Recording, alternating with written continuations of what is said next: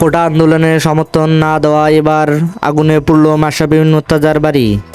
জাতীয় সংসদের হুইপ ও নড়াইল 2 আসনের সংসদ সদস্য মাশরাফি মুর্তজার নড়াইল শহরের বাড়িতে ভাঙচুর ও আগুন দিয়েছে দুর্বৃত্তরা বলে অভিযোগ পাওয়া গেছে অনেক জায়গা থেকেই।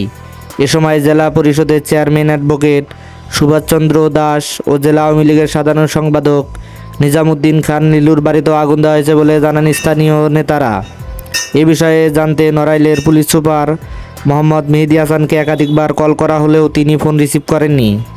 স্থানীয়রা জানান, নড়াইল শহরের নড়াইল সরকারি উচ্চ বিদ্যালয়ের পাশের মহিষখেলার এলাকায় মাশরাফি মুর্তজার বাড়ি।